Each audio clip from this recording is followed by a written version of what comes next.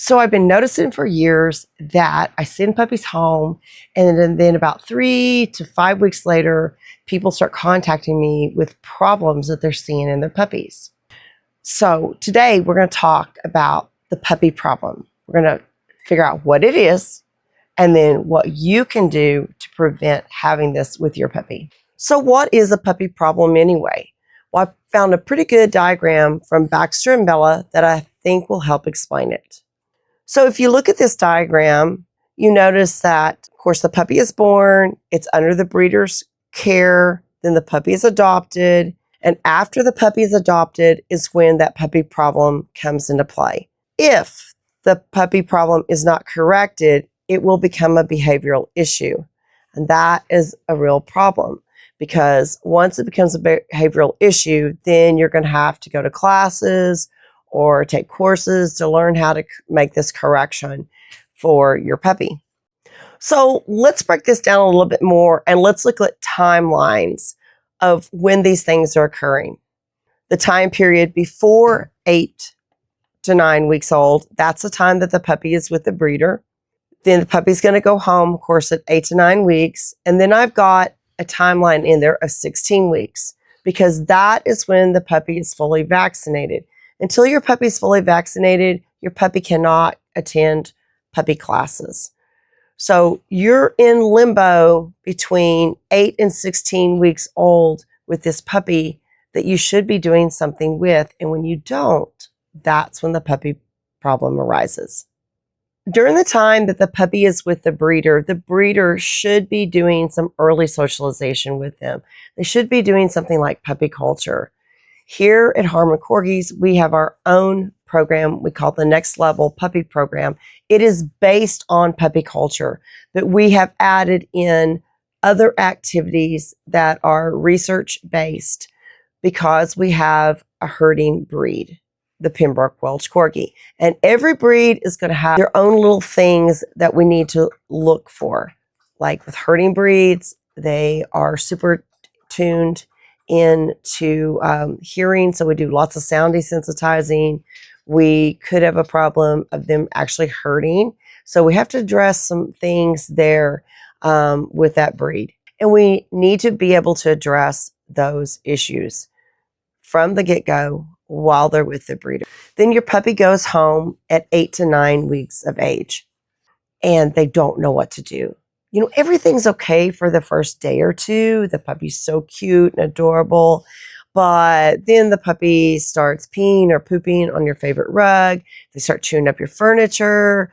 They're just doing puppy things. But without resources, owners get really frustrated. And sometimes they get frustrated and they think, well, let's look into a puppy class. And then they realize, I can't take my puppy to a puppy class until it's fully vaccinated, which is around 16 weeks old. So we'll just live with it until the puppy can go to a puppy class. And that's not going to work. And I'll show you why here in a minute. That is why the puppy problem comes about, is because owners don't know what to do. They get frustrated and they don't know where to go from there. So I've got a solution we'll talk about later in this video. So something else we need to recognize is that puppies go through different periods of brain development.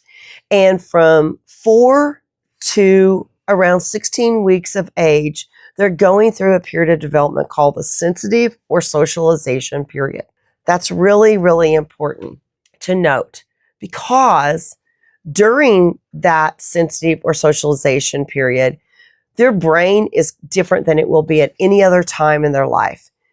1 or 2 exposures to something during this time period, and the dog will remember it for the rest of their life. After the socialization or sensitive period is over with, around 16 weeks again, then you have to have multiple repetitions.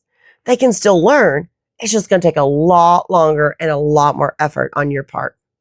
They are like little sponges and they soak up everything they're exposed to and they're open to new experiences. So during this period is when we should be introducing them to anything they may experience in their lifetimes. I'll give you some ideas on that in a minute. Because the experiences that they have during this time period are really going to influence them as an adult. It's going to influence their temperament, their intelligence, and their confidence level. So let's look and see what we should be doing with our puppies during that 8 weeks after they get home. During this period, once they get home, all puppies should be learning potty training, crate training, manners, patience. No one wants a dog that's going to come jump on them. No one wants a dog that's super demanding as an adult.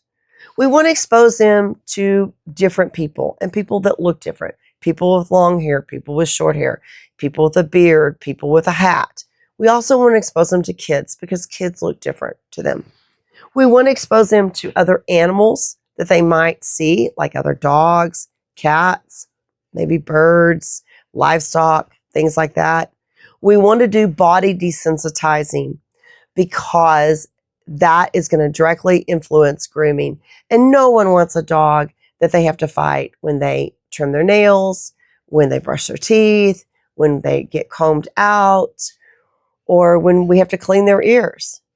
We also want to do lots of sound desensitizing with them at this time period, because if we expose them to those sounds now, then they have a less chance of them barking when the doorbell rings, when the garage door goes up, when they hear a siren, when they hear a helicopter or plane going over.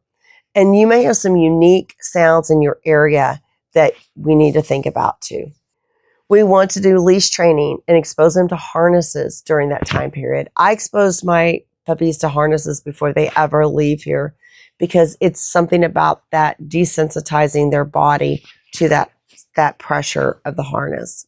We want to take them to different places and expose them to different ways, different places sound and smell. They need to learn recall. They've got to learn to come when they're called. They need to learn their name. Those are all things that all puppies need to learn during this short 8-week window. Now, your puppy also needs to learn things that are directly related to you and activities that you are going to want to take them on as adults. So, for example, if you like to go hiking, take your puppy hiking with you. They can't be on the ground because they're not fully vaccinated, but you could put them in a sling. You can put them in a backpack. You can carry them. Take them hiking with you so they'll hear those sounds, smell those smells. If you are going to have babies or kids later on in your life, then go ahead and try to expose them to babies and kids, because babies and kids look, smell, act completely different than adults. If you like to do water things, like maybe you like to go to the lake, maybe you like to go to the beach, or maybe you have a pool, go ahead and expose your puppy to water and those particular places if you can during this time period. Lots of people like to go camping with their dogs. So if you get that opportunity, take your puppy camping. Now, like once again, your puppy won't be able to just run around, but they'll still be able to take in the experience, smell the smells, hear the sounds that you hear that are so associated with camping. If your puppy is going to be around livestock or horses, this is the time you want to expose your puppy to those animals too. Maybe you have kids that play soccer or baseball. If you can, you want to take your puppy with you to those games so they can hear all of that different sounds and noises during those games. You want to expose your puppy to any sounds that they're going to hear around your house or during activities that you do. For example, blenders, washer and dryers, garage door opening, doorbell. Maybe your location has specific sounds. Like I had a guy who lived on the parade route for Mardi Gras in New Orleans, and we exposed that puppy to marching band sounds before the puppy ever left. I had a girl who lived in Philadelphia and the ringing of the bells. So we exposed her puppy to those sounds. I've had people who had neighbors with chickens, so we've exposed those puppies to those sounds.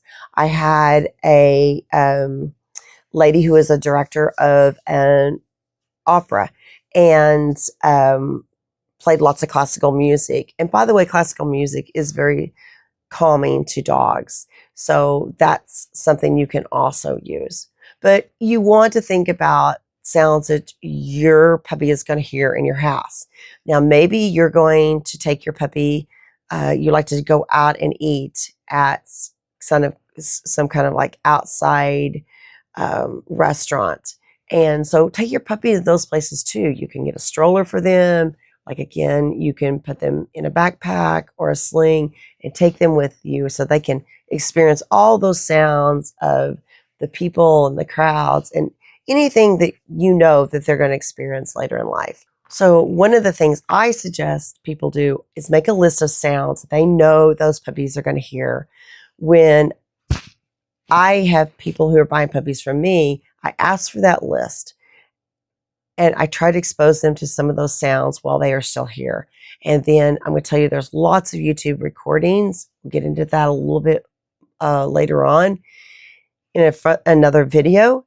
And you just want to expose your puppies to those sounds. So let's kind of go back and look at the whole picture again. So before 8 weeks, your breeder should be doing work with those puppies. From 4 to 8 weeks, they should be doing some early socialization. And then you have the puppy around 8 to 9 weeks, and you have until they're 16 weeks old to socialize them to that list of things that all dogs should be exposed to and specific things for what you know your puppy is going to be exposed to later on in its life. Because at 16 weeks, that's when they're fully vaccinated, and that is when they're able to go to a class. But trust me, you don't want to wait until your puppy is 16 weeks old to try to potty train it or crate train it. Because remember, it's going to take multiple exposures at that time.